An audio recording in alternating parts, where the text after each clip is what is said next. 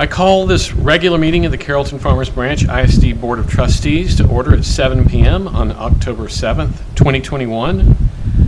Board members, district staff members, and members of the audience, you are free to join me in standing as Tom Bridges provides a message, followed by the Pledge of Allegiance, led by Cassandra Hatfield, and the Pledge to the Texas flag, led by Randy Shackman.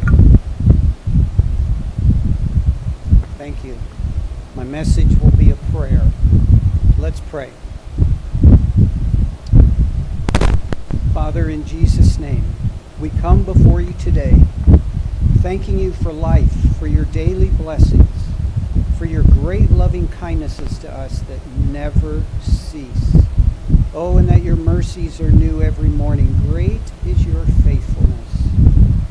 And Father, thank you for just calming our souls right now. In a busy day, we need you to just calm us, to meet us, to clear our minds, that we may think your thoughts. And we thank you for this vivid picture, making us lie down in green pastures, leading us to restful waters, which restores our soul. Thank you for guiding us in paths of righteousness for your name's sake. And even though we may walk through the valley of the shadow of death, we will fear no evil, for you are with us. Your rod and your staff, they comfort us. You prepare a table before us in the presence of our enemies. You anoint our head with oil, our cup overflows. Surely goodness and mercy will follow us all the days of our life, and we will dwell in the house of the Lord forever. Thank you, Father, for the comfort you bring. And now I thank you for every one of the Carrollton School Board members and the vital role they play in our Carrollton community. Father, it is no small task and privilege to be part of educating and training the next generation. We do not take this lightly, and so we come humbly before you, acknowledging our need and dependence upon you. So Father, according to the mission of CFP ISD for each one of the scholars, in a diverse community of global learners, that they would submit to you to empower them to acquire lifelong knowledge, skills, and values that prepare them to compete in the world marketplace while contributing to their community in ways that are pleasing and glorifying to you. Father, you've asked us to pray for kings and all who are in authority, and that prayers and requests and intercessions be made in behalf of all the people, that we may lead a tranquil and quiet life in all godliness and dignity. And so, Father, in closing, may each of us in this room trust in you with all of our heart, that we do not lean on our own understanding, but in all of our ways acknowledge you, for then you will make our path straight. Father, we now ask you to make our path straight. In Jesus' name, amen.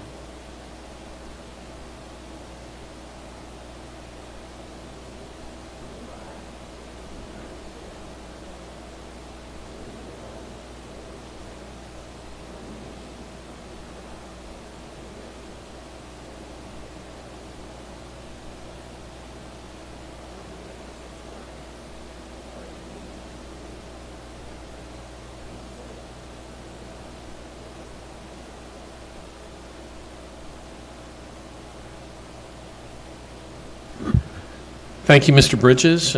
Thank you, Ms. Hatfield, Mr. Shackman, for leading us in the pledges.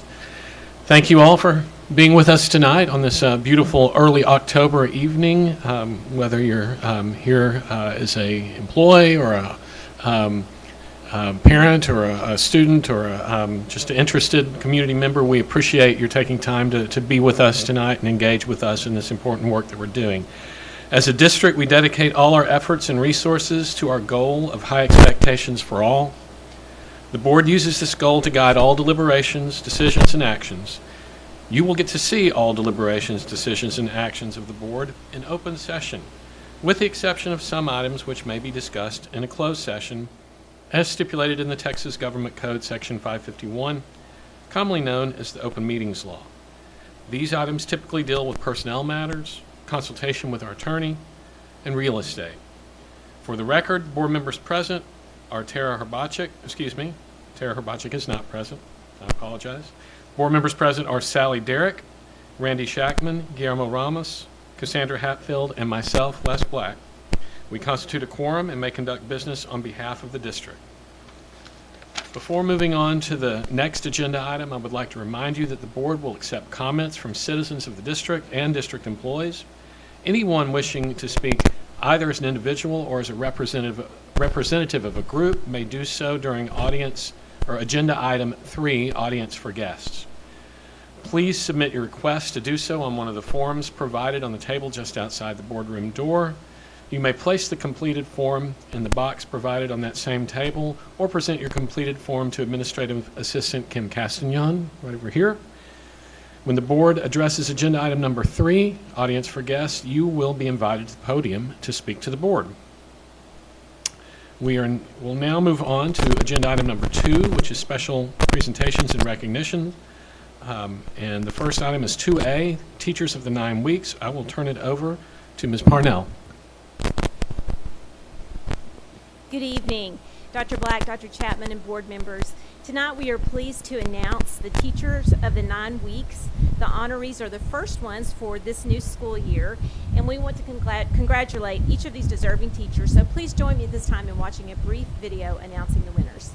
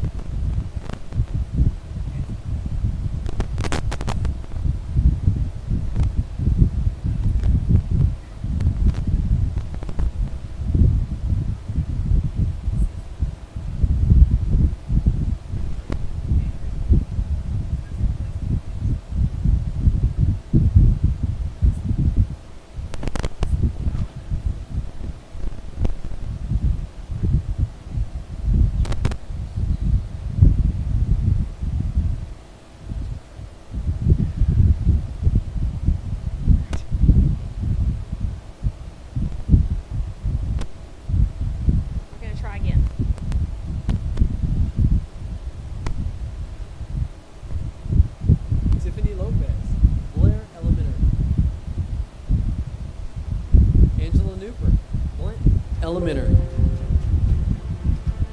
Adam Duke, Carrollton Elementary. Melody Morton, Central Elementary. Andrea Waller, Country Place Elementary. Elizabeth Valadez, Davis Elementary.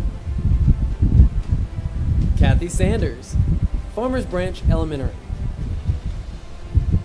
Kristen Lau, Freeman Elementary. Ann Finley, Furneaux Elementary. Leanne Miller, Good Elementary. Lorena Watts, Kent Elementary. Trinice Scholes, Landry Elementary. Heather Sandel, La Villita Elementary. Susie Parker, Las Colinas Elementary. Lance Powell, McCoy Elementary. Lonnie Bolden, McCamey Elementary. Carolina Godfrey, McLaughlin Strickland Elementary. Ashley Patton, McWhorter Elementary. Morgan Johnson Hubbard, Rainwater Elementary. Asmara Mengastab, River Chase Elementary. Jody Grider, Rosemead Elementary. Mandy Johnson, Sheffield Elementary. Sandra Molina, Stark Elementary. And Tasha Root at Thompson Elementary. Congratulations to our teachers of the 9 weeks.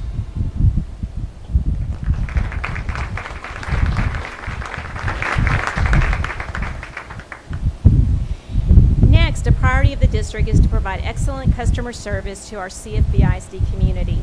The Together We Rise Award is sponsored by our friends at Chick-fil-A and is presented to a current employee who demonstrates and exemplifies exceptional customer care to our staff, students, and community. Tonight, we are proud to present this award to Cesar Chavez, Help Desk Specialist with the district.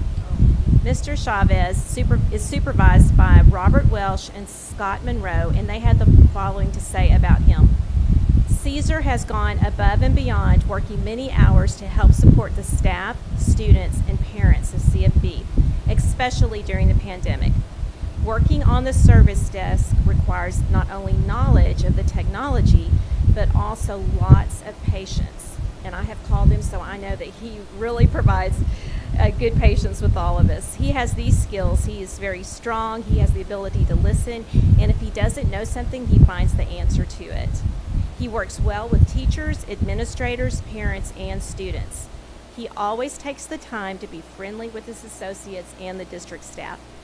Caesar makes the district better by working here, and he always does more than is expected of him. He is extremely important to the technology department, and we are thankful to have him on our team. Congratulations, Caesar, and thank you for showing us what great customer service looks like in the district. Please come forward at this time.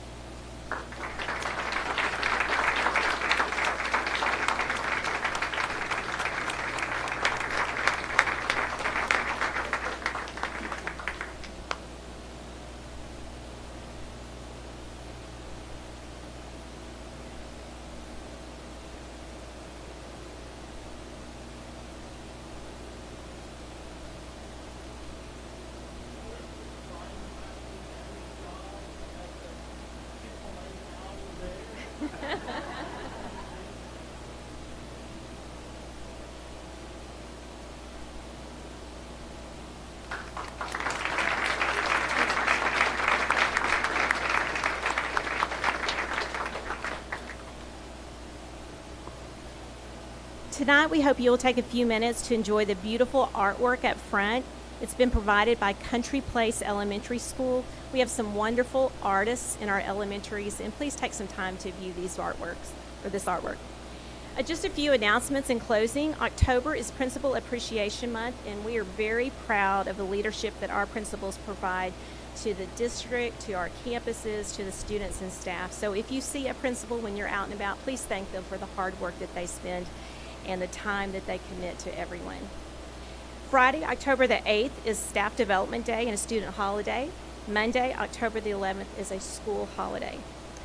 On Tuesday, October the 26th, we will host our annual service year event, and this will be at the Multipurpose Center. This year, we have 218 employees with 10 years or more of service, and they have been invited to attend this special event. And we look forward to honoring our staff in person this year, so that will be a great event. And that concludes our announcements. Thank you so much. Thank you, Ms. Parnell. To clarify, that was actually agenda item 2A and B. 2A, the teachers of the 9 weeks, and 2B, district announcements. Congratulations to all our recipients tonight of awards.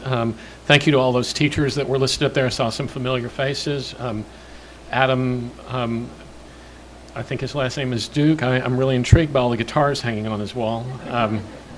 Might have to pay him a visit sometime to check that out. So anyway, congratulations to everyone, and also thank you to our principals for everything you do. Believe me, I know what you're going through, and thanks for hanging in there and doing that work for us. So our next item is 2C, update from the PTA, and tonight we have Amy Talbert with us. Ms. Talbert. Good evening, everybody. Again, my name is Amy Talbert, and I am the Reflections and Scholarship Chair for CFB Council PTA this year. A huge thank you to those of you who have joined our delegate meeting in September. We will be doing it again on October 20th at 6:30 in person at the ESDC Texas room. I'm excited to share that our local PTAs have been super busy stocking staff lounges with snacks and drinks, donating blood, feeding the teachers and staff, and holding membership and board meetings. I am also excited to share that many of our local PTAs are planning events like carnivals, bashes, and membership contests. Slowly, we are finally getting back to doing the PTA thing. We are also pleased to report that our CFB PTA Champion campaign, where people can join all of our PTAs at once or join by feeder pattern, it continues to be busy. Since our delegate meeting, these amazing people have become PTA champions in CFB. Maggie De La Rosa, Dawn Parnell, Randy Shackman, Lance Hamlin, and Cassandra Hatfield. Thank you for making PTA a priority. The rest of you can too, if you so wish. Just visit the PTA page on the CFB website. Tonight, I'm also here to talk to you about Reflections. Reflections is a creative arts contest that is sponsored by Texas PTA, with hundreds of PTAs competing throughout the state of Texas. Every year, CFB has a fantastic showing of amazing artists, photographers, dancers, writers, film producers, and music composers. We plan to do it all again this year. In order to participate, your PTA must be active, which means 20 members and have the PTA board registered with Texas PTA. We only have 4 schools who have not yet reached active status, so that's amazing. These PTAs still have until October 31st to achieve active status. Please contact me, Amy Talbert, or Haley Logan, who is our membership chair, if you need any help with this. One last reminder, the next council PTA meeting will be October 20th at 6:30 in the ESDC Texas room. We will look forward to seeing you there. Thank you. Thank you, Ms. Talbert, and thanks to all that you are doing and the PTA is doing. We couldn't have a school without you guys. Let's move to agenda item number 3, which is audience for guests. Ms. Castagnon, are there any in-person requests for this item?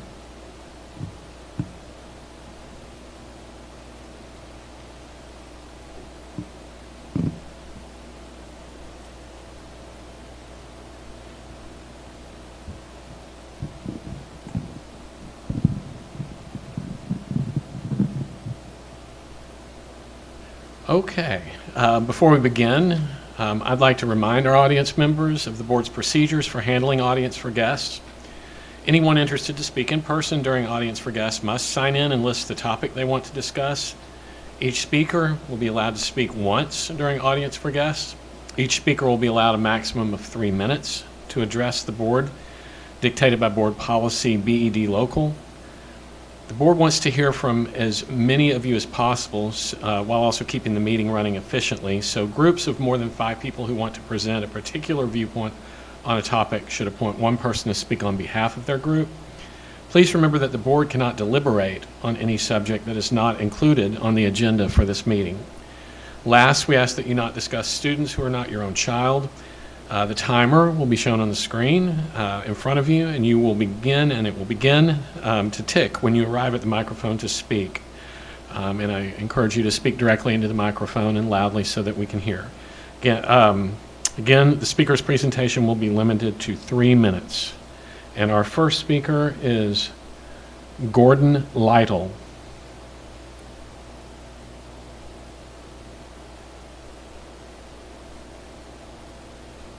Thank you very much for your time this evening.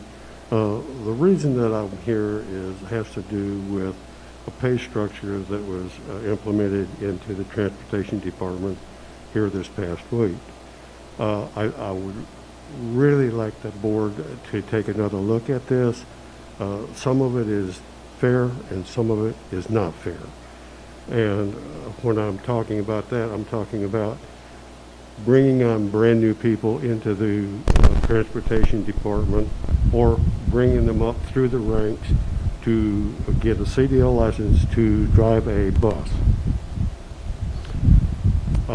In saying that, you have people that has worked there for several years or just a couple of years as a CDL driver that kind of got looked by when they brought in this raise, and it's not that we don't appreciate it, because we do, but I think it needs to be looked at a little deeper, because it's not fair between bringing in a brand new CDL driver, whether it's off the street or up through the ranks, and applying it against a person that's got 2, 3, 4 years, whatever, and have them paid within a matter of pennies difference. I think that is unfounded, and I thank you for your time. Thank you, Mr. Lytle. Our next speaker is Mark Gorton. Thank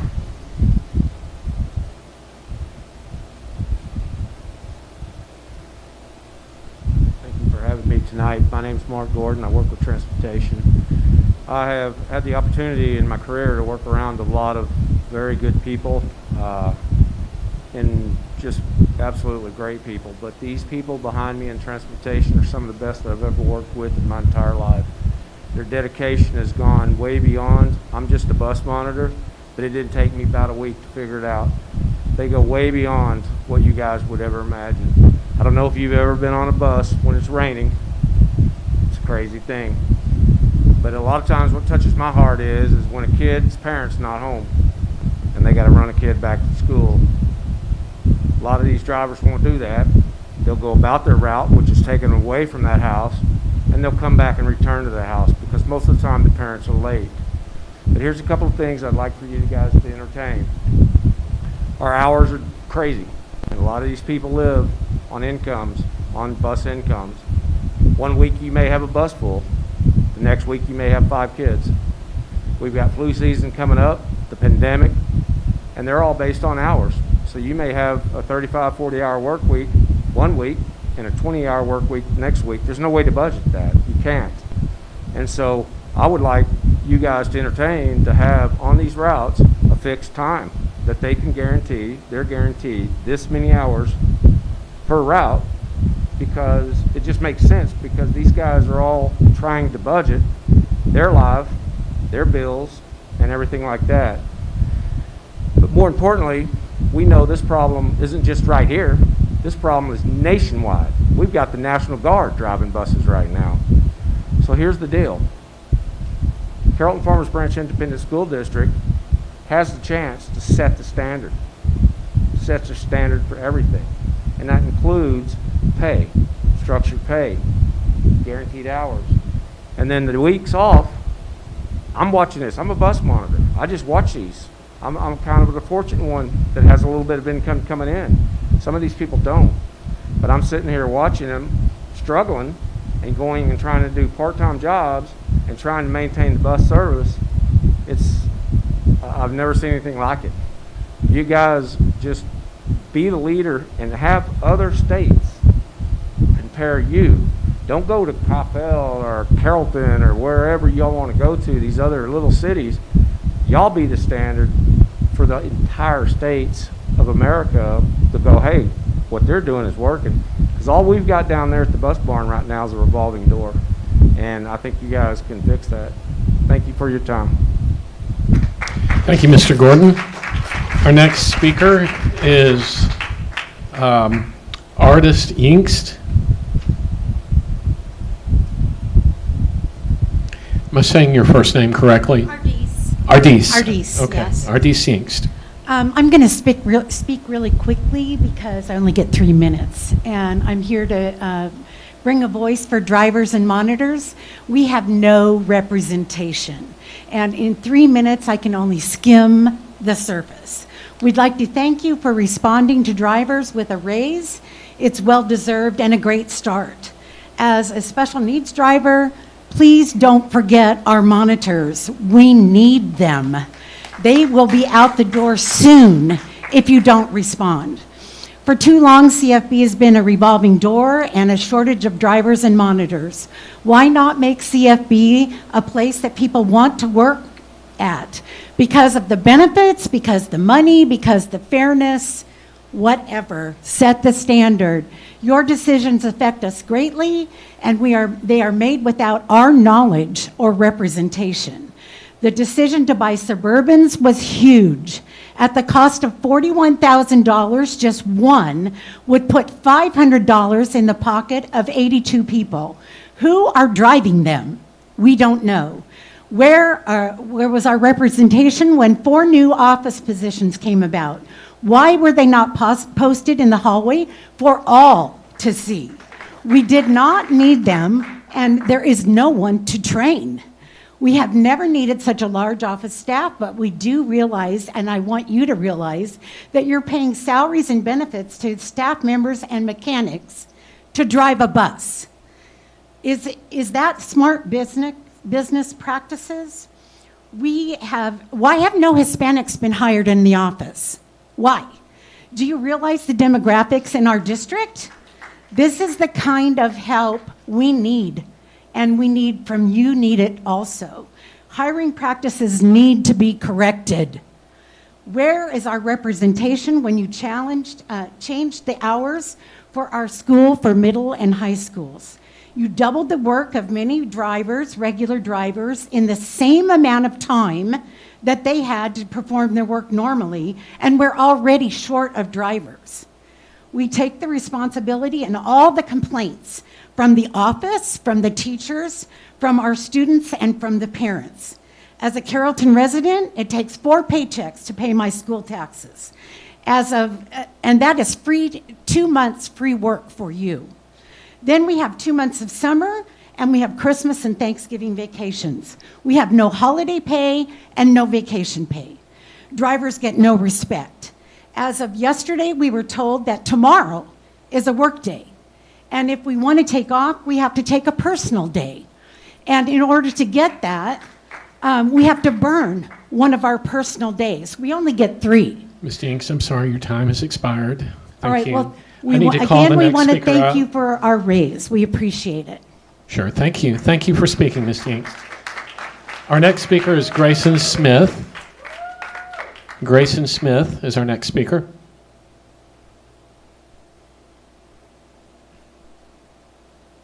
Good evening. I'm going to shake up the topic for a second here. You guys had a work study session on September 16th, and unfortunately I wasn't able to go to it. It was one of those conflict of times.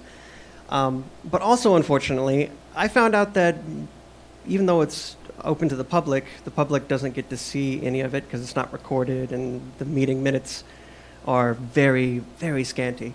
So one of the things that I wanted to request is just think about maybe recording the work study sessions from now on so other parents can see it.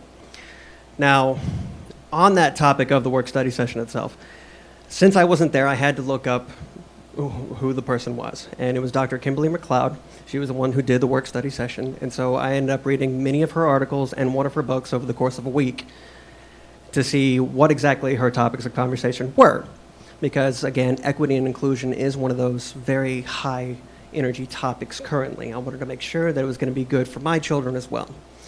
So I was really intrigued with who she is and how she works and things of that nature, because many of her viewpoints are many of the viewpoints that I learned as a kid. It was one of those things that when I was a child in the 90s, we heard the same thing. Teachers should be boosting up their children, making sure that their self-esteem is higher to help combat bullying and things of that nature. And I was like, okay, well, that makes sense. And then so I was trying to look for the newer things that are coming up in conversation and topics. And what she posts, what she talks about is cultural responsiveness and trying to combat, she puts it as school biases, but the way she described it is unconscious biases is the more utilized term. And I am all for that. Now, she did outright say that she does focus a little more on the African American population of it, but it is for everybody. Here's the main issue. She is a very homogenous person when it comes to culture. She thinks of cultures as kind of one or another type of situation, but I need to bring to light my situation. My kids are mixed. They're half Hispanic and half obviously white. And so I want to make sure that while you guys are talking about cultural responsiveness in the classrooms with teachers and amongst administrative staff, that the idea of mixed culture is going to be focused on as well, because what they see is different than what somebody who comes from just a homogeneic culture would see, because they see 2 different sides. And that's all I have to say. Thanks. Thank you, Mr. Smith. Thank you. Our next speaker, I believe this is our last speaker, is it Liza Cerna?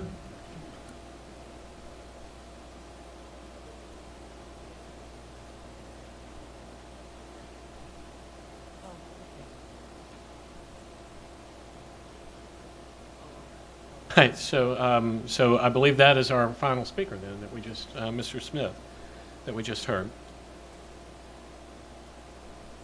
Okay. Thank you to all our speakers. Thanks for engaging with us again, and we appreciate your being here. That brings us to agenda item number 4, non-action items for discussion, and 4A is our College Career Military Readiness Plan. So I'm going to turn this over to Ms. Gillen.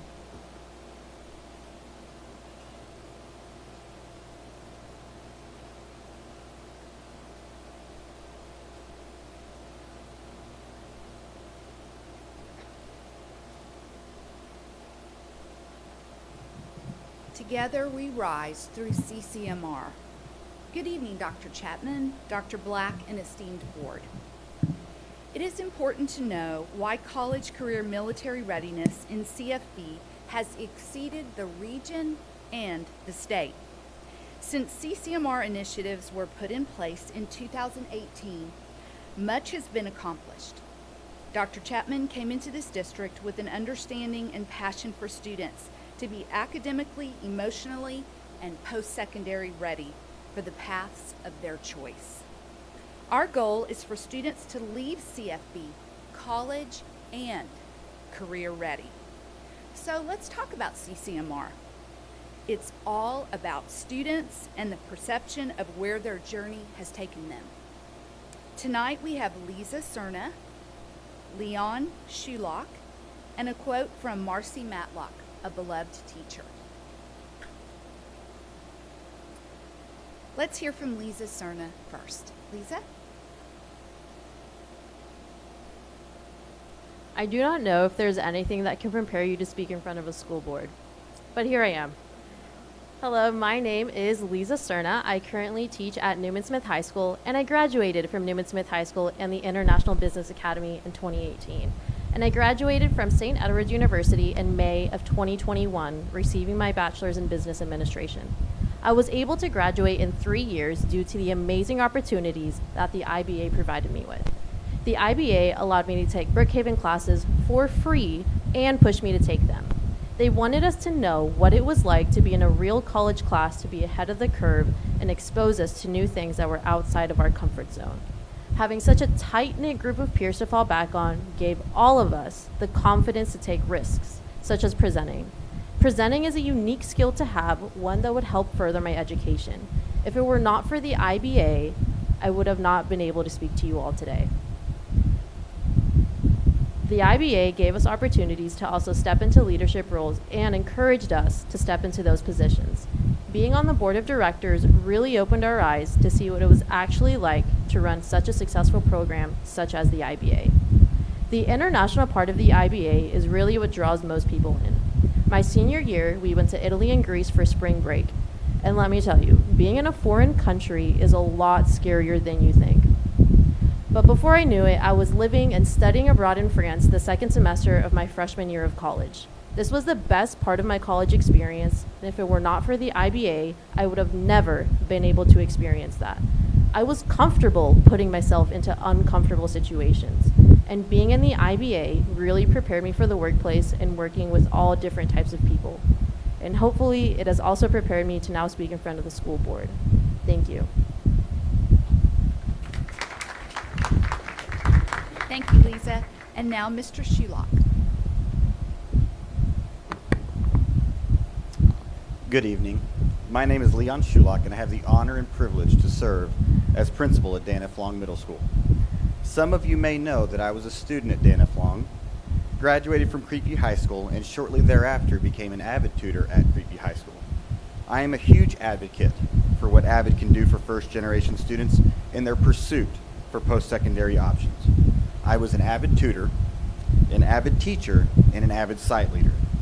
If there had been an Avid program when I was a student, I would have been that Avid student that needed added support. I was raised by my grandmother, and she had no idea how to support me academically or with options for college information. I was an average student, and it took a village, and many of those people who helped me along the way are still within the district, and some in this room.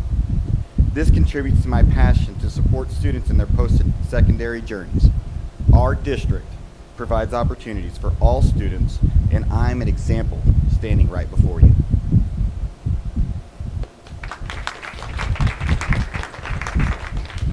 And now from Marcy Matlock. Students surprise themselves as they transform from novices to young people with the confidence they'll need to take on college and the confidence to know that they'll succeed. The perception of people outside of CFB is also that we are rising. To quote a district who recently met with us, I was searching for CCMR terms online and your district kept rising to the top in my search results. Our visibility online is driven by our CCMR website and our CCMR guides. The CCMR guides at your seat with the yellow sheet on top are tailored for elementary, middle school, and high school. They are unique resources CFB provides that most other districts have not. Our families have wanted these details, and we answered the call. Students, families, and the community can access these guides in both English and Spanish online. We would love for you to take the guides home with you tonight. Another distinct element of our rise in CCMR is our team approach, which is not yet a common practice across the state. Melanie Williams led the charge in establishing this team, now headed by Ken Enslow, the coordinator of CCMR. Ken? Thank you. I appreciate the work and effort of Angela, Nikki, Tina, and our newest team members, Valerie and Becky. The work has been stellar. Now let's look at the overall CCMR performance. Before the unprecedented, tumultuous pandemic, CFB, represented by the blue line, performed well above the state and region in overall CCMR. Our systems resulted in a more stable performance for CFB during COVID, as opposed to the more dramatic decline for the state and the region, which consist of 116 rated members across 10 counties. Grad rate is another area where CFB is consistently above the region and state. I know this graph looks a little like the famous book, Harold and the Purple Crayon, but it's a good visualization of how CFB on the far left of the graph is exceptional. For each cohort, the 4-year, 5-year, and 6-year grad rate is represented, which is another key element of accountability. Our grad teams at each high school campus have worked enthusiastically to advocate for the students, tell their stories, and create safety nets so that students cross the stage. We showed you some outstanding results that we are very proud of. The work has been both fun and challenging, but what's next? We know that we need to reset. We have to acknowledge the effects of the last 18 months and how we will move forward in providing our students exactly what they need. So, what is it that Dr. Greenidge, Mr. LaPuma, Dr. Jimenez, Mrs. Scrutch, and Mr. Isley have in common? Each of our high school leaders work with the CCMR team. The campuses have different needs and stories, but the one thing they have in common is the desire for all students to graduate post-secondary ready. That was evident over the last month as we peeled back the layers, analyzed the data, and started to work on our plan to reset. What are the pieces of that plan? Let's talk about what we want to do. AVID provides scaffolded support that encourages college and career readiness and success. We expanded the number of AVID campuses and added the AVID Excel program that supports English learners at middle schools. Our AVID coach, Richard Hyde, is providing new and exciting training, resources, and modeling to ensure success in the classroom. CFB will improve instruction and prep for post-secondary readiness. Readiness exams are offered at all of our high school campuses, and test prep is embedded in both English and math classrooms and CCMR programming. We will continue to build college credit opportunities through AP, dual credit, and UT on-ramps. We want our students to be both college and career ready. Students earn significant certifications through existing programs.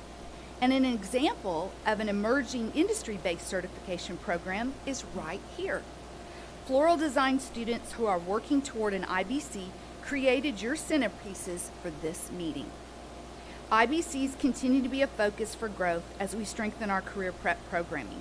Please take your pumpkin home tonight. P-TECH programming continues to evolve with one campus in the first year of implementation and 2 campuses entering their planning year. P-TECH is a vehicle for expanding both dual credit and IBC opportunities.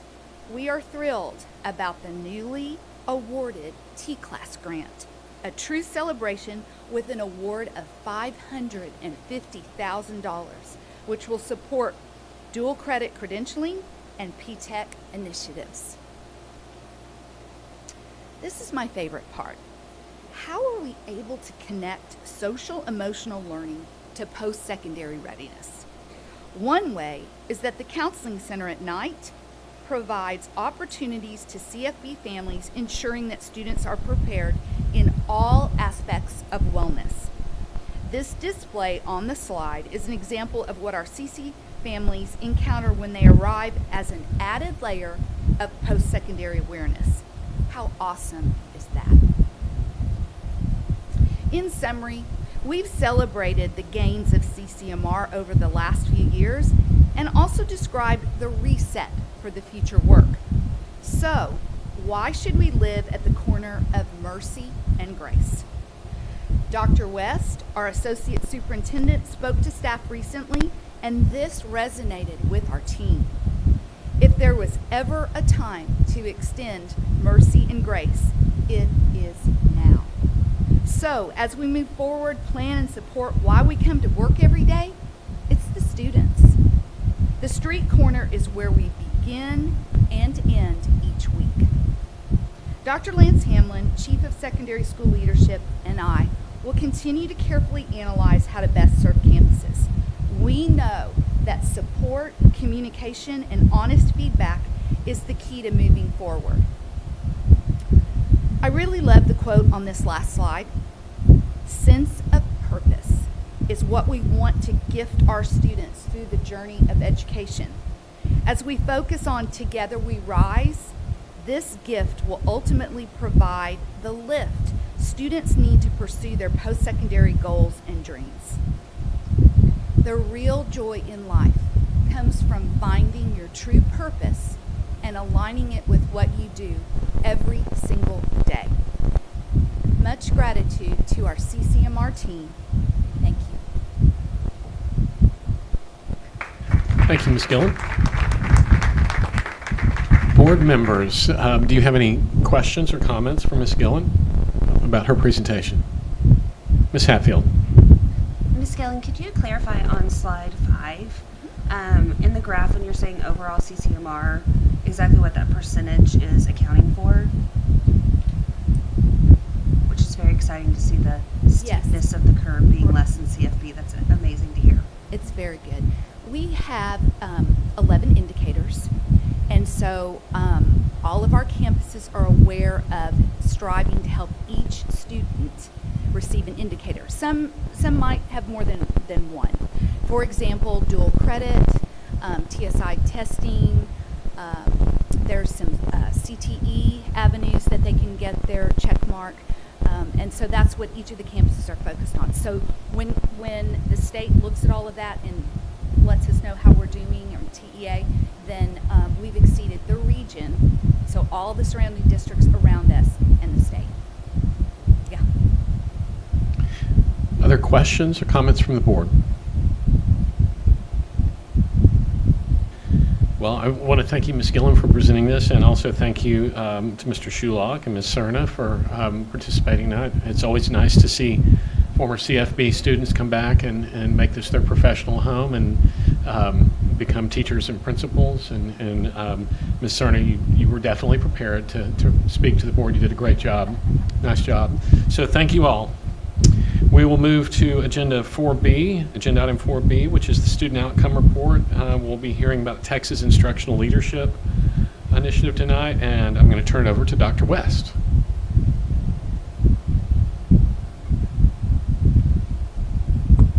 And I knew I probably should have put pictures of babies in my slides, but I didn't. Thanks, Ms. Gillen.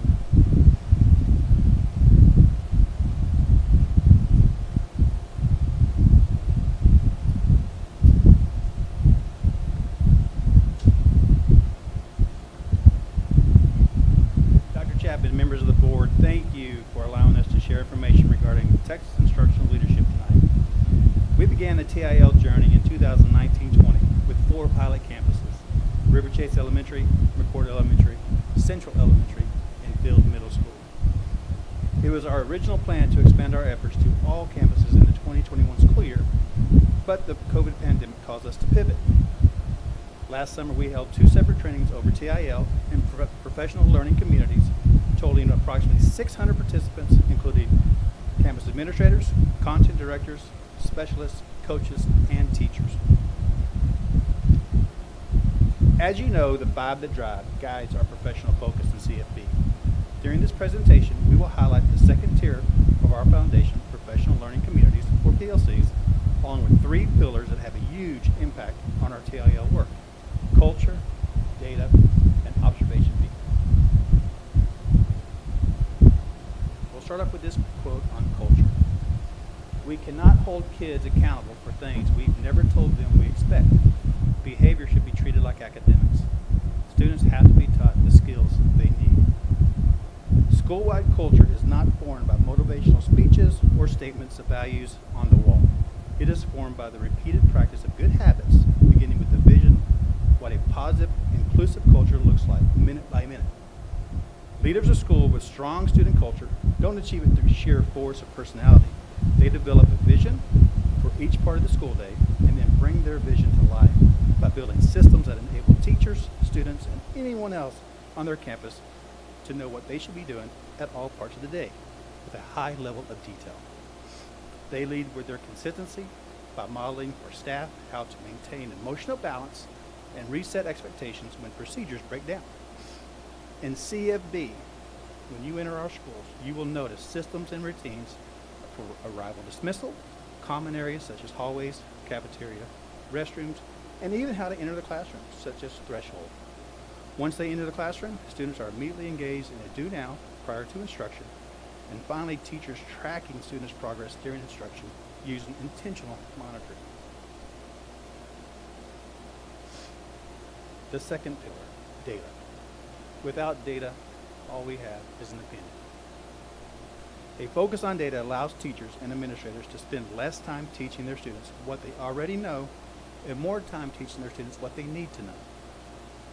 In CFB, we want all of our administrators and teachers to know each student by name and need.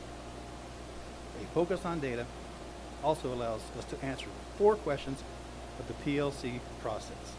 What do we want our students to learn? How will we know they are learning? How will we respond when they don't learn? And then how will we respond when they do learn?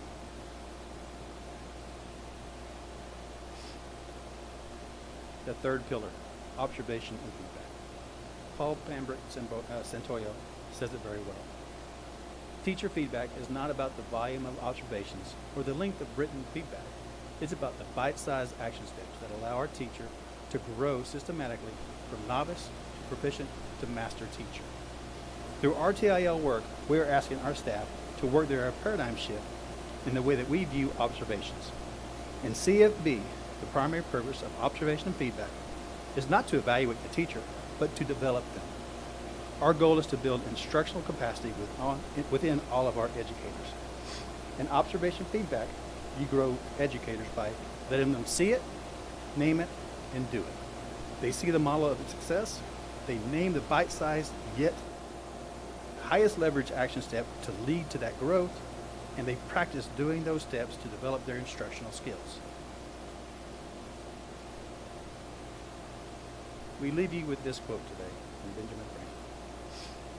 Without continual growth and progress, such words as improvement, achievement, and success have no meaning. As you know, in CFB, we are focusing on growth, improvement, and high achievement on a daily basis. As board members, you had the opportunity to attend the TASA convention in Dallas last week. Many of you had the opportunity to hear the TIL journey from one of our pilot campuses. The work is hard, the success is evident. We believe with a district-wide focus on strengthening a campus-based PLC structure with a relentless commitment to build the right culture, focusing on data, both academic and behavioral, and the development of our instructional practices through observation and feedback, we are prepared to close the achievement gap we face today. Thank you, Dr. Hamlin. Board members, are there questions, comments for Dr. Hamlin? Ms. Derrick. Dr. Hamlin, thank you for your thank you for your presentation. As you are well aware, I am definitely the biggest cheerleader up here for TIL. I'm a parent of 2 children that attended Vivian Field, and they were the pilot campus, and I've seen amazing things happen at that school, and it continues to happen, and I'm so excited for that and excited for our community. I do want to ask you, I know that COVID caused us to pivot, as you said. What is our plan now for incorporating this TIL initiative into all of our schools? Well, right now we do have it in all of our schools as we speak. So we did go ahead and do that this year through that training we went through this summer, both trainings. So all campuses are working with their chiefs to implement processes in the PLC process, which it does include DDI. So absolutely, it is in all of our buildings today. Excellent, thank you. Other questions from the board? Dr. Hamlin, thank you very much. Thank you. For presenting. And we will move to agenda item 4C, which is a construction update. And I will turn it over to Mr. Mulrooney. Thank you, Dr. Black. Fortunately, I don't have anyone to delegate this to, so I'll have to do it myself. Hey, Dana. Good evening, Dr. Black, members of the board, Dr. Chapman. Thank you for this opportunity to give you a construction update. We continue full steam ahead with the 2018 bond construction, and I'd like to dive right in. Starting with the athletic turf project at Kelly Smith at Kelly Field at Turner High School. We're resurfacing those baseball fields and then constructing new softball fields at each of those facilities. They're going along very well. The weather's been kind to us so far, so I'm sure that will change now since I've said it out loud.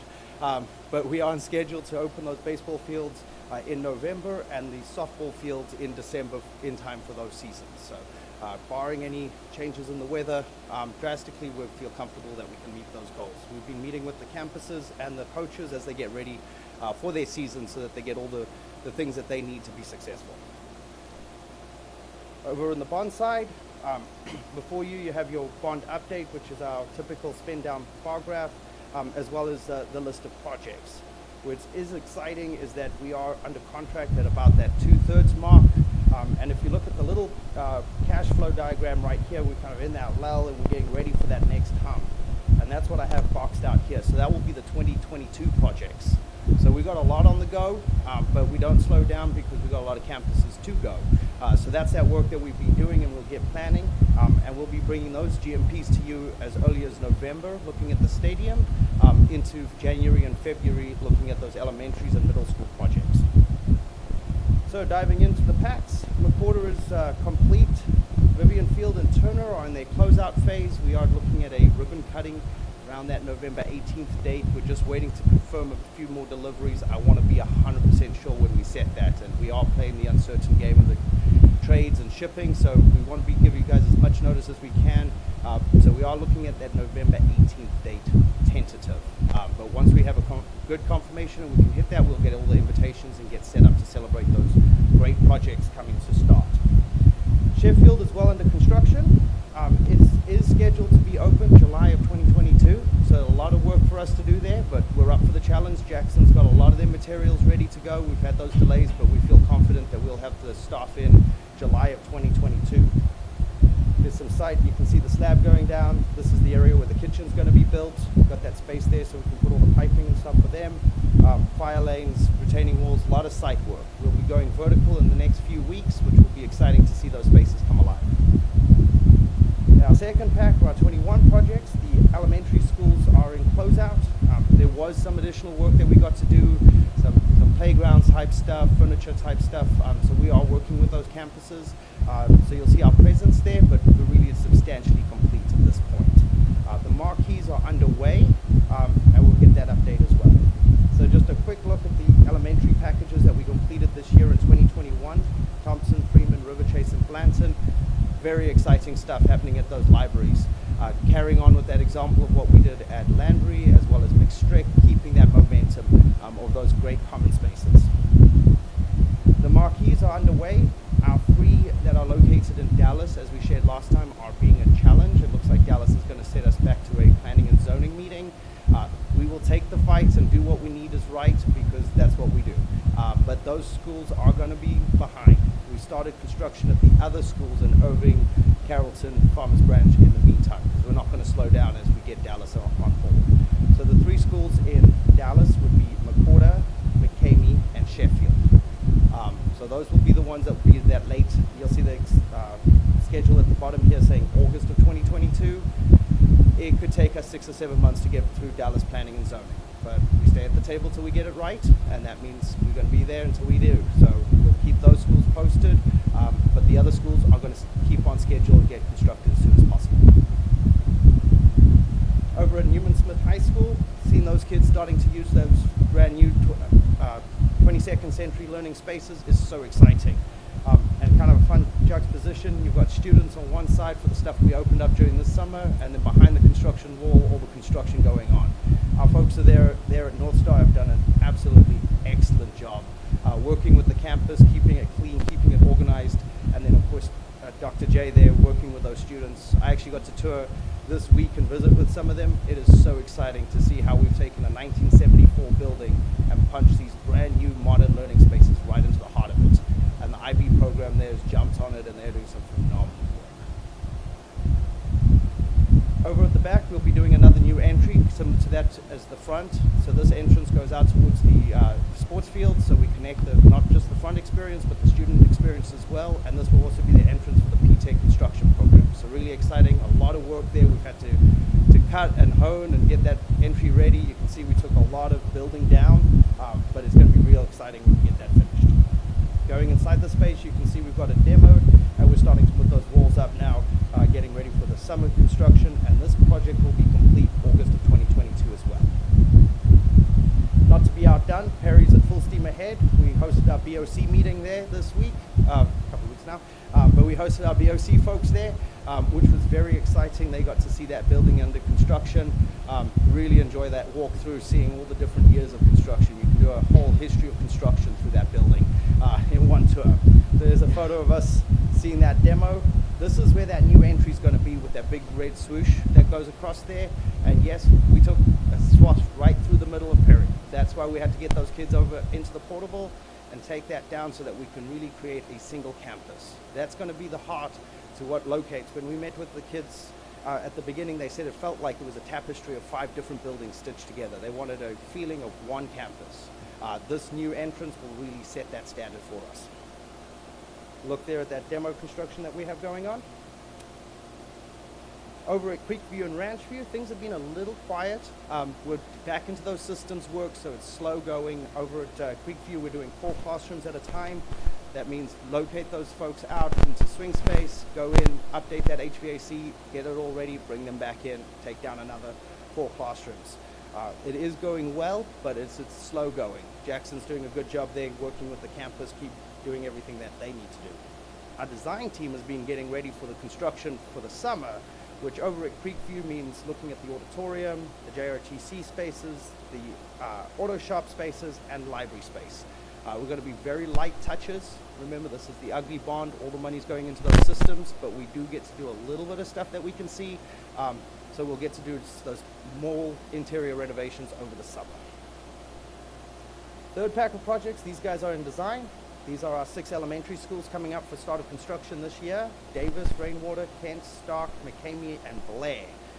These projects get even smaller. So if Kent and McCorta were tough, these ones get really tough because the need goes up and the dollars get shorter. Our design team's done a real good job assessing all the structural and code and technology type needs, as well as having a little bit of fun in the library spaces, working with those campuses to create some excitement around the construction. So while a lot of the money is going into those systems, we are able to do some collaborative learning and get some excitement focused in on those libraries. So there you can see some renderings of the spaces that we're exploring at Blair, Kent, and Davis, as well as at McCamey, Rainwater, and Stark. Middle schools aren't far behind, and those, again, we're getting into the small packages. That's Bush and Polk get Blaylock and Polk get HVAC system upgrades. Long and Bush get system upgrades. They all get fine arts upgrades. There's a lot of attention here focused on the fine arts aspect, bringing some equality around those spaces, making sure that they're practical. There was a lot of sound issues, sound going between different rooms, not having enough practice rooms, not having enough storage. So we get to do some reconfiguration in those spaces, but again, a lot of it's in that system side of life. As well as a marquee upgrade. We've been meeting with the principals there to get those guys ready, and that will all be going under construction for next year. Our final package is a stadium. We've been doing a lot of work there. We heard the 2018 instructions very clear that we're looking for visitor side bleachers, and that meant adding on to the building that we had there and then coming back with a concession and a locker room. Right now the locker room is actually on the home side, so a visiting team has to go over to the home side and then back to the visitor side. We would like to do a changing room there so that everything stays on the visitor side, creates that feeling and that visitor experience. The design that we've worked through is to create that type of concourse with the bleachers above. It's very efficient, and I think it'll suit very well for that site. You'll see that we're looking at that 2,500 to 3,500 seats. We have had some budget constraints. When we met with the BOC and asked for some guidance and met with our consultants and engineers, we said, let's put the money in the concourse in the ground, and if we can add to those seats as we grow out. So we're master planning it for the 3,500, but the package we might be bringing to you in November may have 2,500 seats, depending where the concrete market is right now. Things are fluctuating daily, so we've got folks out there bidding and checking with our engineers designing this stuff, but it is very, very tough. So we'll be bringing that design to you in November for a GMP. Final rendering here, as you can see the existing restroom buildings, ticket booth, and the bleachers right there behind it. I think it's going to really dress up the stadium in a big way and enhance that visitor experience. Any questions from board members for Mr. Mulrooney? Ms. Hatfield. As the member on the Bond Oversight Committee, I just want the board to know that the transparency around the stadium has been very well to the BOC, and walking through that process as Mr. Mulrooney noticed with the price fluctuation, and so talking through that has been an important step. So I just wanted you guys to know that's been an active conversation. Thank you. Any other comments or questions for Mr. Mulrooney? Okay, Mr. Mulrooney, thank you very much for the update. We'll move to agenda item 4D, which is naming facilities policy update, CW local. And so, Mr. Mersch, we'll turn it over to you. Dr. Black, Dr. Chapman, members of the board, thank you for this opportunity to talk about policy. Specifically, CW local naming facilities subcommittee. It consists of Ms. Herbachik, Mr. Ramos, and Mr. Shackman. The purpose of the subcommittee was to establish a policy for the naming or renaming of facilities. The objectives consisted of to establish a policy that involves stakeholders, to establish criteria for nominations, establish criteria for naming and renaming, and to develop a nomination form. Subcommittee, Mr. Randy Shackman, will facilitate the discussion of CW local. Thank you, Mr. Mersch, and this shows you what happens when you draw the short straw, right? It was a great opportunity getting to work with Mr. Ramos, and I'm sorry that family circumstances drew Ms. Herbachik away tonight, but we were able to work with the committee, with staff, putting this together. For the purposes of this policy, the facilities that we're talking about are basically everything that the district owns. It's school campus buildings, rooms within buildings, structures related, athletic fields and facilities, and basically any other buildings or adjacent land or property that the district holds that falls under the discretion of the board. And what we had discovered is that we did not have a developed policy or procedure to create consistency in how we would name facilities. This came up because in the midst of bond and construction, in the midst of projects that have been through our TIF funds and other things in the last few months and couple of years, we realized we're going to, in the next few months and years, have the need to name some facilities. And so we wanted to, as a board, get together and put our heads together and establish a policy that would accomplish that.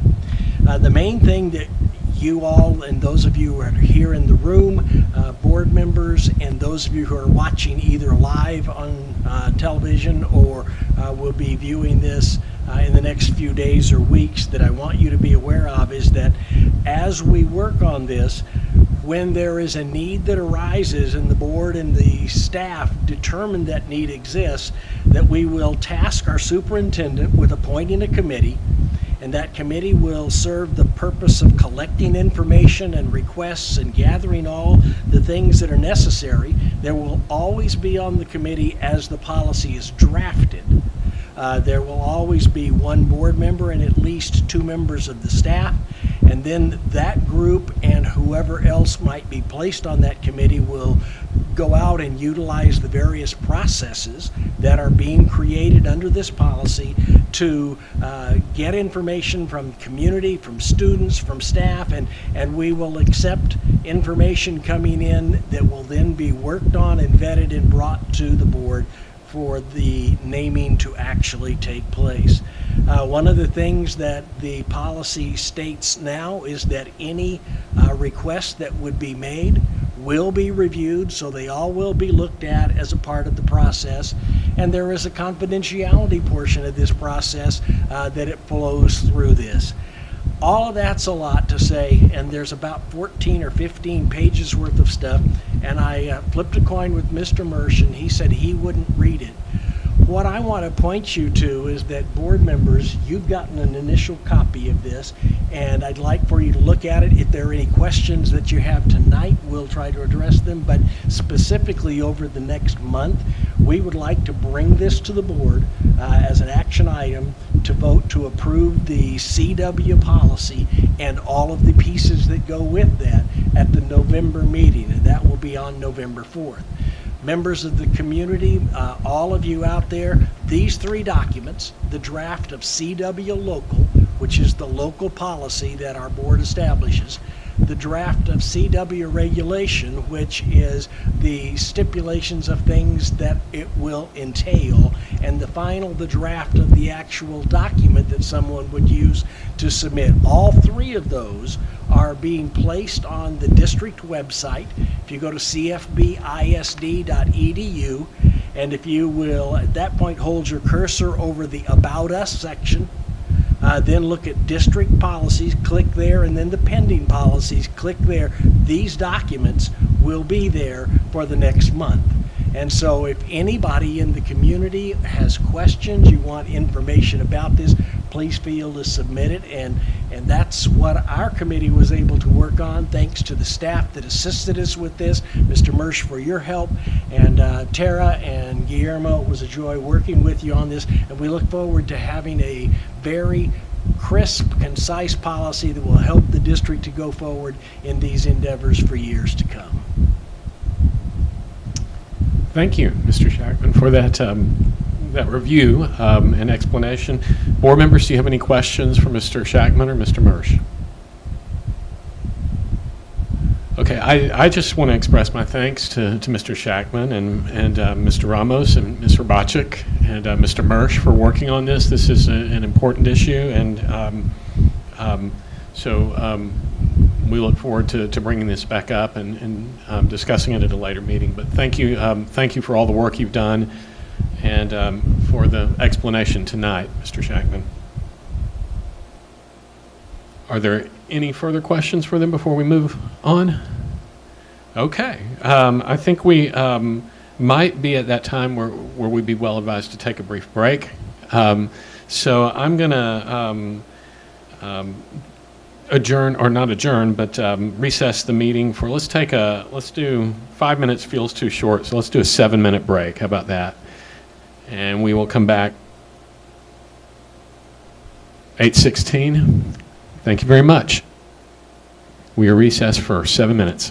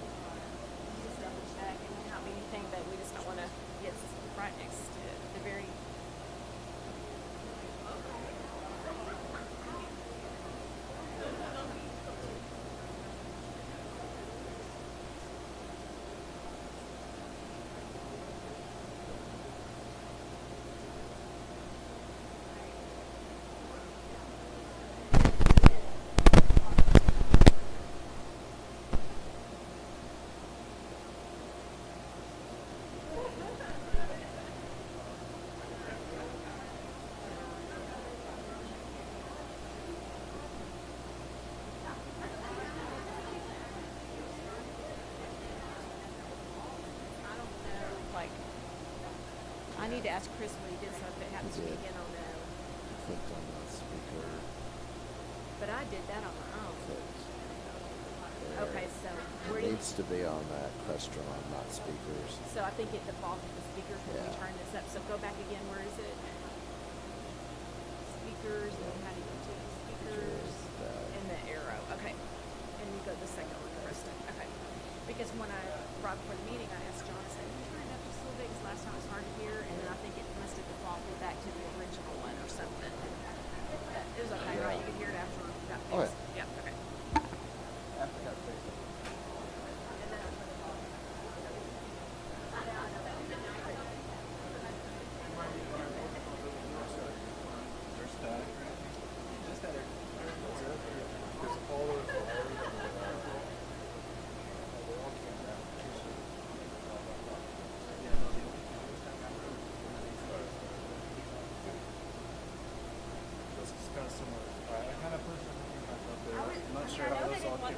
Tonight, they pulled your phone.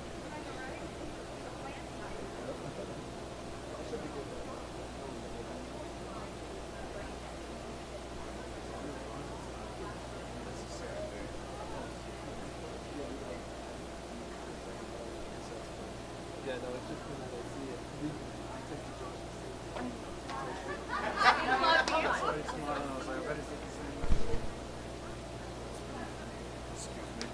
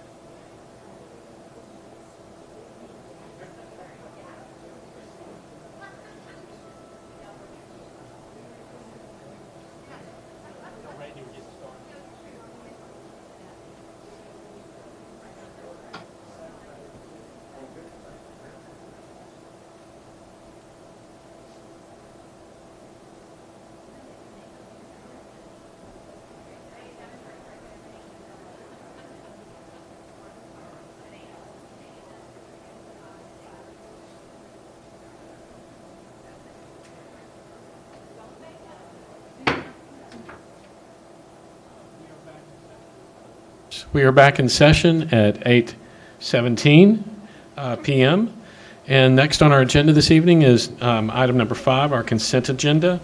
Consent agenda is a mechanism that the board uses to approve a number of routine items together with a single vote. In compliance with the Texas Open Meetings Act, the public notice for this meeting includes the list of all consent agenda items, and the board has been provided ample information about these items in advance. Prior to any action taken on the consent agenda, board members may request withdrawal of individual items for clarification or discussion. Board members, are there any items to be removed from the consent agenda at this time? Ms. Derrick. I'd like to have item 5R removed for further discussion, please. Okay. Ms. Derrick is requesting item 5R be removed for further discussion. Are there any further requests? Ms. Hatfield. I'd like to request item 5P be removed. I'm just going to recuse myself from that vote. Okay. Are there any further requests? We've got item 5P and 5R that we've had board members request be pulled from the consent agenda. Are there any further requests? So hearing none and seeing none, board members, do I have a motion regarding the consent agenda? Ms. Derrick.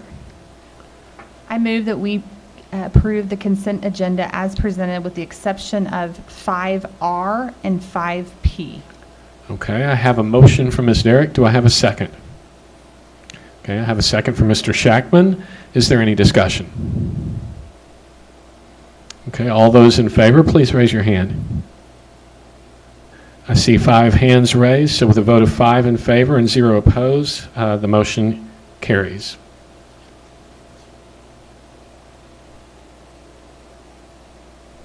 So our next agenda item is number 6, items for discussion and/or action.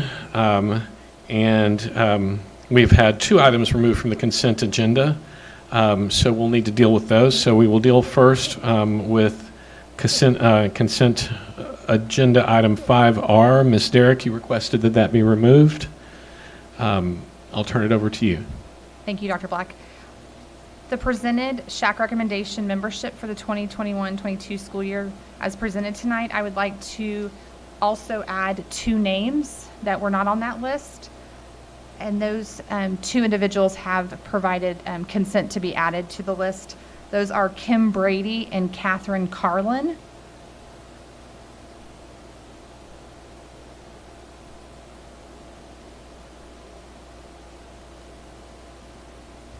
So I have Kim Brady and Catherine Carlin. Anything else you'd like to add? Okay, so Ms. Derrick is requesting that the names Kim Brady and Catherine Carlin be added to the list of SHAC committee members. In item 5R, are there any? There's nothing else you want to suggest? Okay, so we'll go to. I'll ask for a motion. Ms. Derrick? I can do that. I would like to make a motion to approve the recommendation for the appointment to the 2021-22 SHAC memberships, including the additional names of Kim Brady and Catherine Carlin. Okay, we have a motion from Ms. Derrick. Is there a second? I see a second from Ms. Hatfield. Is there any discussion? Okay, no discussion. All those in favor, please raise your hand. See 5 hands, 5 in favor, 0 opposed. So item 5R, the motion to approve item 5R with the additional names of Kim Brady and Catherine Carlin passes by a vote of 5-0. We will move now to item 5P. So Ms. Hatfield, you pull this? Yes, I was just recusing myself from the vote. No concerns. Okay, thank you very much. So do we have a motion, Ms. Derrick? I move that we approve item 5P as presented. Is there a second? See a second from Mr. Ramos. Is there any discussion? Okay, all those in favor, please raise your hand. All those opposed? So I see with a vote of 4 in favor, 0 opposed, and 1 recusal, the motion carries. So we will move now to item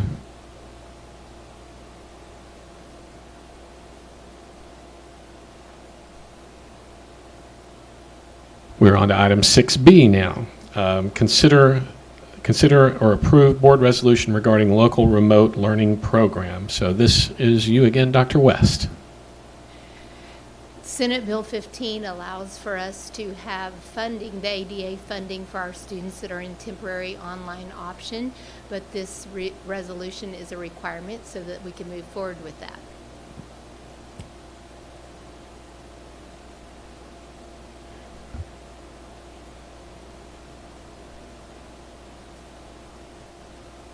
Does anyone have any questions for Dr. West? Mr. Shackman. Dr. West, this is going to allow us to pick up funding for the students that were out, 500 some students that opted into the virtual program at the start of the school year, and the funding is going to be retroactive back to August or whatever. That is correct. Those students that qualify and it is retroactive. Any other questions for Ms. West? So board members, in order to make a motion on this, we would need to read, one of us would have to read the resolution. Each of you have that at your desk for item 6B. So I'll ask, do I have a motion regarding this agenda item? Ms. Derrick. I will make the motion, and I'm going to read the completed resolution. Whereas pursuant to Education Code 29.9091, a district may operate a local remote learning program in accordance with the statutory requirements. Whereas pursuant to Education Code 25.9091C, a district offering a local remote learning program may provide a virtual course through remote synchronous instruction, asynchronous instruction, or a combination of synchronous and asynchronous instruction. And proposed amendments to the Student Attendance Accounting Handbook provide that a board-approved local policy determines which instructional methods and attendance-taking methods the district will use. And whereas pursuant to Education Code 25.092, a district may adopt a policy to exempt students from the minimum attendance requirements for class credit or a final grade for one or more courses offered under a remote learning program provided under Education Code 29.9091. Now, therefore, be it resolved that the Board of Trustees of Carrollton-Farmers Branch Independent School District, through this resolution, which has the effect of board-adopted policy, approves the following provisions. The board authorizes the district to operate a local remote learning program as permitted by law and employ the following instructional and attendance-taking methods in providing its remote learning program. A combination of remote synchronous and asynchronous instruction with daily attendance for synchronous instruction taken at 8:30 a.m. for elementary campuses and 10 a.m. for middle school campuses, and attendance for asynchronous instruction determined through a daily attendance measured as described in the district's asynchronous instructional plan. An eligible student participating in the district's local remote learning program is exempt from the requirements of Education Code 25.092 regarding minimum attendance for award or credit or a final grade in the application of policy FEC local for the following courses offered in the remote learning program: art, physical education, and music. The authority granted by this resolution shall apply for the 2021-22 school year unless the board takes further action. Adopted on this 7th day of October 2021 by the Board of Trustees. Thank you. We have a motion from Ms. Derrick. Is there a second? Okay, I see Ms. Hatfield has seconded. Is there any discussion? Okay, all those in favor, please raise your hand. Okay, with a 5 in favor and 0 opposed, the motion carries. So we will move now to item 6C. Consider approved nomination of candidates for the Denton Central Appraisal District Board of Directors. Mr. Bassett, I'm going to turn this over to you to talk to us about this. Thank you, sir. So the board was given this handout to give you some background. So it's green. It's got a page behind it. This is something that that's in front of the board every other year. This is the nomination of members to the Appraisal District Board for both Denton County and Dallas County, two separate items, obviously. But just to give you a little bit of background, we don't have to make nominations, but you can see we have done some nominations in the past. Some years we have, some years we haven't. Sometimes we've done one district, sometimes we've done another. You know, district, you know, the appraisal district for each county. With Dallas, it's interesting that we have one vote that we're allocated, and what I have yet to find out is one vote of how many. Okay, I don't really know that yet. I suspect it may be as much as probably as one vote of 50. I'm not sure. You know, I don't know yet, but we're trying to find that out. Just to give you some perspective, with Denton County this year, we're allocated 128 votes, and that's out of 5,000, and that's for 2.6%. And it's all based on the levy of all of the governmental entities. Okay, the tax levy, the tax assessed value.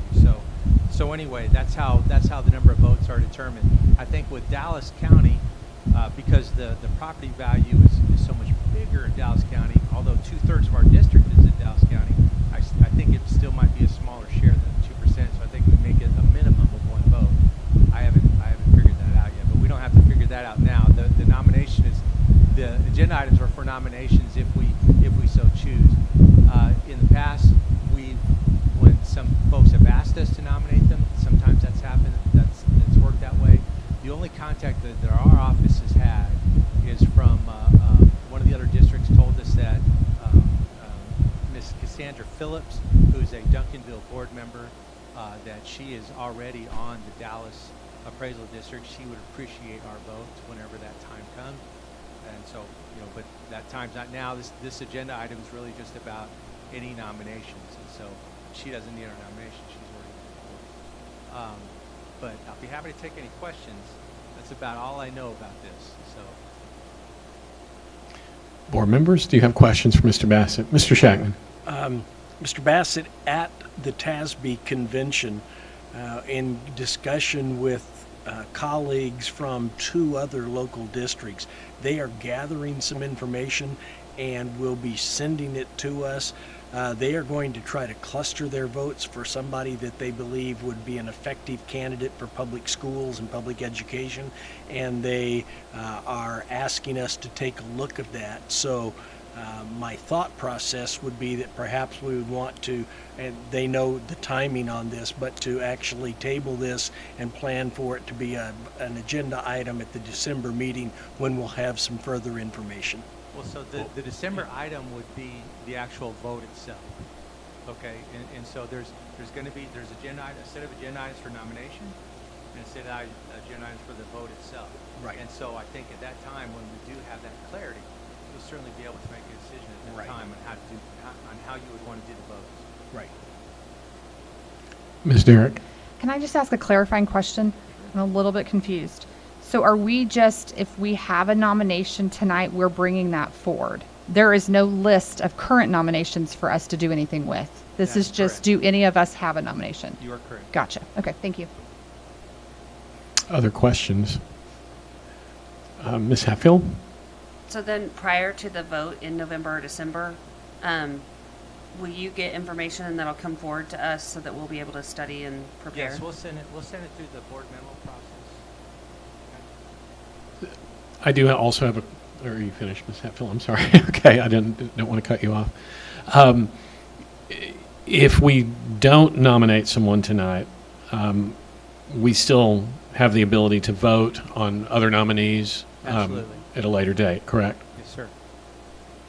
Okay, so if we don't want to nominate tonight, then if there's no motion, then we would be not nominating anyone tonight. But if there's a motion to nominate someone, we'd only be voting to put their name forward as a nominee, correct? That is correct.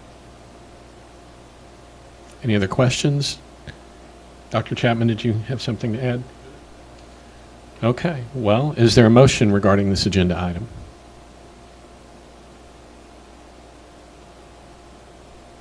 I hear no motion, so I think we will move to agenda item 6D. We'll take no action on 6C with no motion. We'll move to 6D, which is a very similar item, but it's consider approved nomination of candidate for the Dallas Central Appraisal District Board of Directors. Mr. Bassett, do you have any additional information to add there? Yes, sir. Same issues.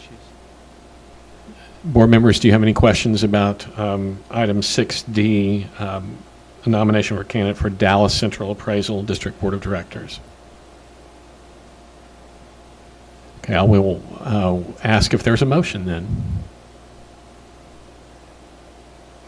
I hear no motion, so we will take no action on item 6D.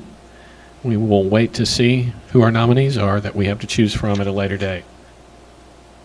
That will bring us to agenda item 7, which is closed meeting, as authorized under the Texas Government Code, including but not limited to section 551.071, consultation with attorney, 551.072, real property, 551.074, personnel matters, 551.076, security devices, 551.082, school employees, school children / district employees / disciplinary matter or complaint, 551.0821, personally identifiable student information, or 551.084, investigation.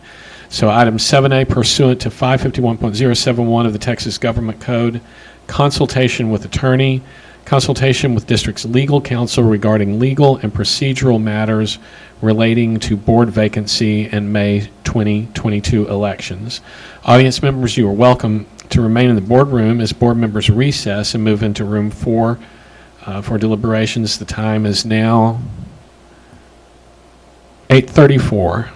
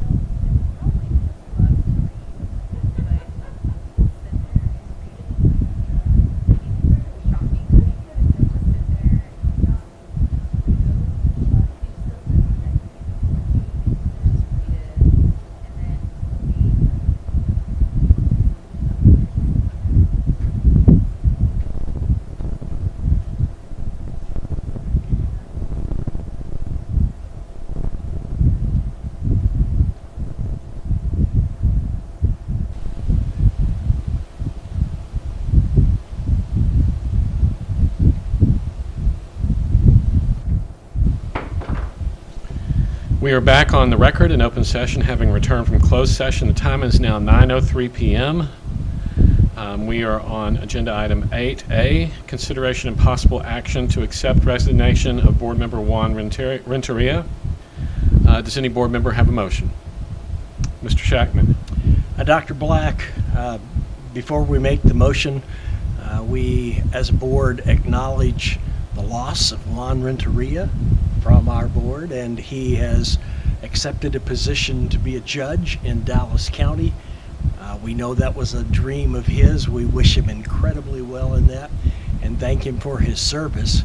With that said, I would like to make a motion that we officially acknowledge his resignation that was submitted just the day before our last board meeting. So we officially accept that resolution that was submitted on September 1 and became effective on September 9. Thank you, Mr. Shackman. We have a motion from Mr. Shackman. Do I have a second?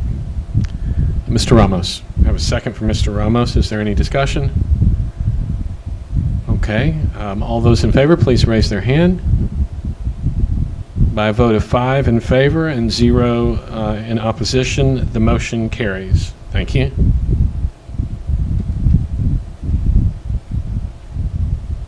So we now will move on to item 9A.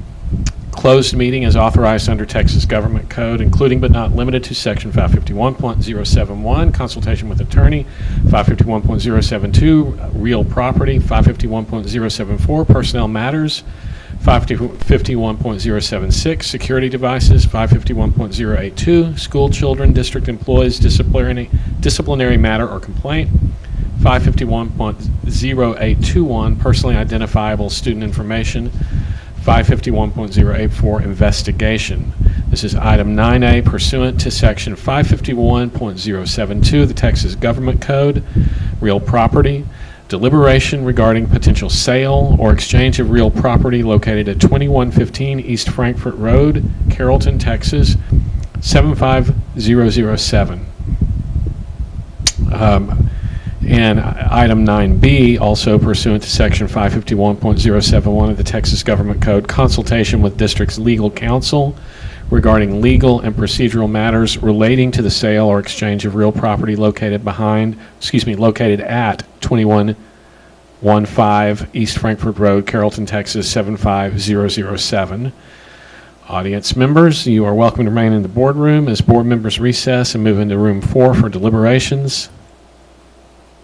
The time is now 9:06 p.m.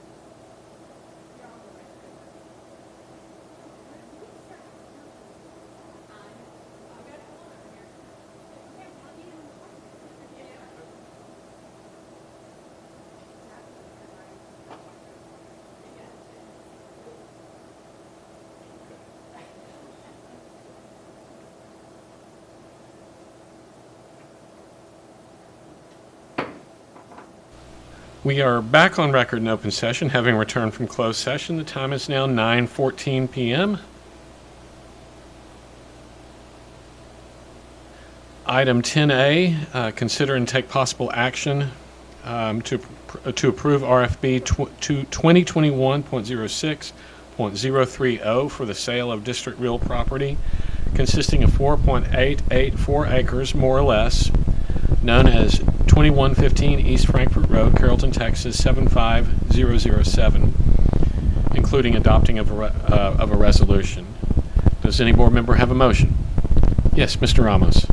I make the motion that we approve the sale of the district real property consisting of the 4.884 acres, more or less, known as 2115 East Frankfort Road, Carrollton, Texas 75007, with the resolution stating that, whereas on May 2nd, 2019, the Board of Trustees, Carrollton-Farmers Branch Independent School District, determined the real property consisting of 4.884 acres, more or less, known as 2115 East Frankfort Road, Carrollton, Texas 75007, and described below is not necessary to meet the current and foreseeable needs of the district for educational purposes.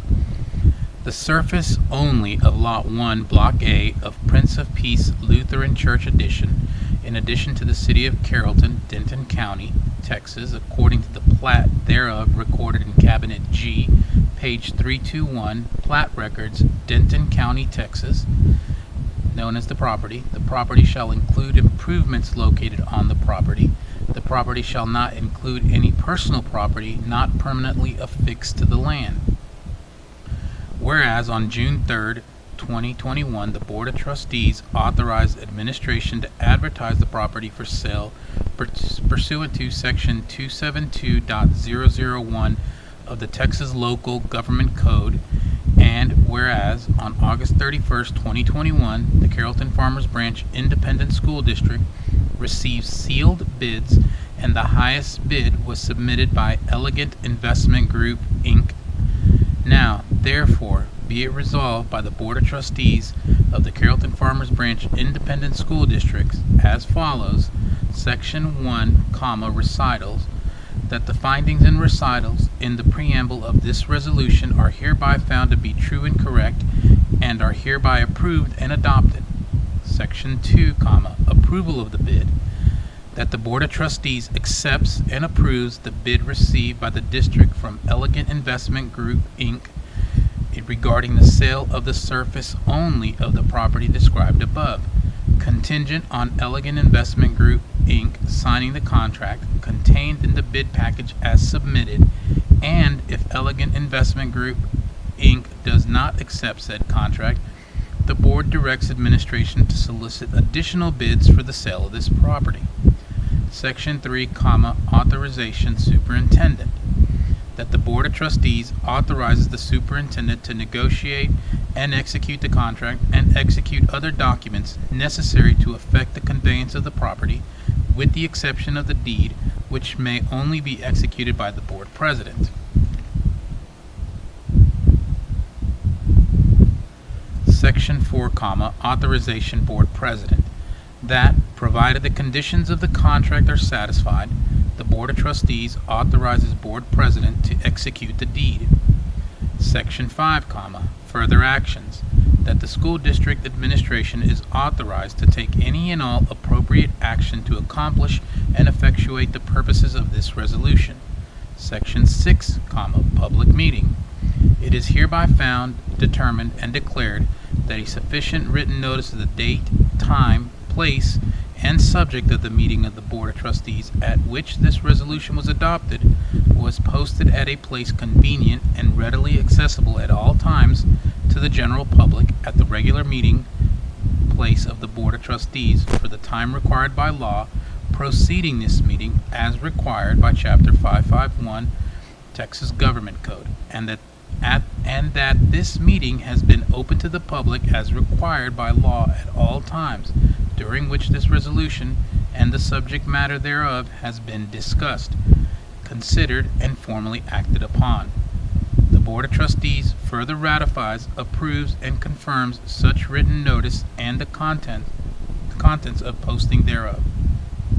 passed, approved, and adopted by the Board of Trustees of the Carrollton-Farmers Branch Independent School District, Dallas County, Texas, on the 7th day of October 2021. Thank you, Mr. Ramos. Do we have a second? Ms. Derrick? We have a second from Ms. Derrick. Is there any discussion? All those in favor, please raise their hand. Let the record show a vote of 5 in favor and 0 in opposition, and the motion carries.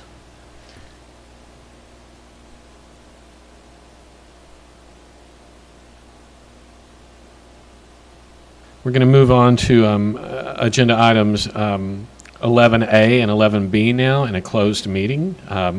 Item 11A, pursuant to Section 551.071 Texas Government Code, consultation with District Legal Counsel regarding procedural and legal issues concerning employee grievances pursuant to Board Policy DGBA Local. Item 11B, pursuant to Sections 551.074 and 551.082 Texas Government Code, a hearing on Level 3 employee grievance appeal of Marina Saccharin and deliberation regarding the same. Because this grievance is a personnel matter concerning a former Carrollton-Farmers Branch ISD employee, this matter may be heard in closed session pursuant to Texas Government Code, Section 551.074. Further, this matter also includes a complaint brought by a district employee against another district employee. Therefore, this matter may also be heard in closed session pursuant to Texas Government Code, Section 551.082. We will therefore move into a closed session at this time to hear the Level 3 grievance appeal of Marina Saccharin pursuant to Sections 551.074 and 551.082 of the Texas Government Code. First, we will consult with District Legal Counsel pursuant to Texas Government Code Section 551.071, and then the Board will ask the parties to join us for the Level 3 hearing in closed session. Once the hearing on Ms. Saccharin's Level 3 grievance is completed, we will return to open session to consider action on the grievance appeal. The time is now 9:21 p.m.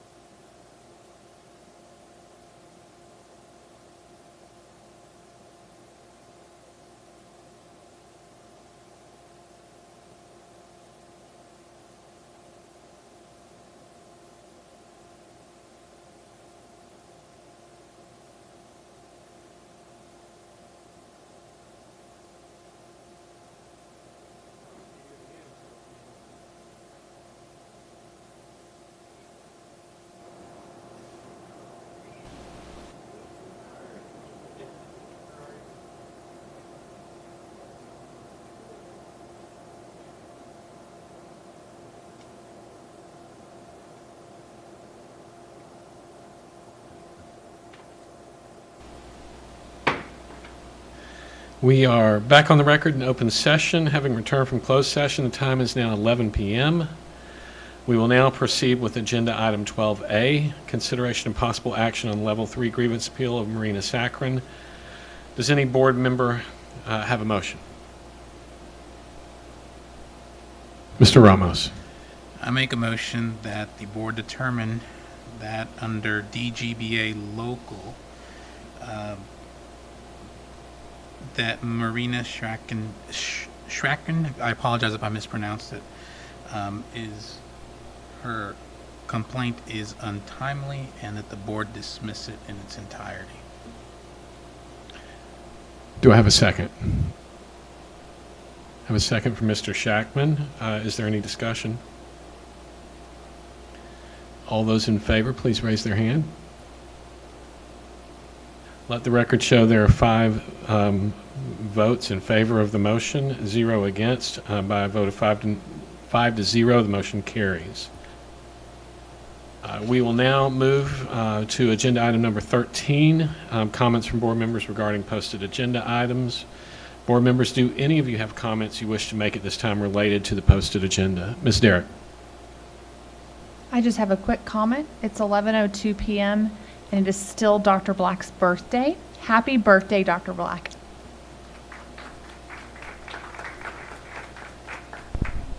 Thank you, Ms. Derrick. Any other comments on anything on the agenda this evening? Well, that brings us to the end of our agenda, and we are adjourned at 11:02.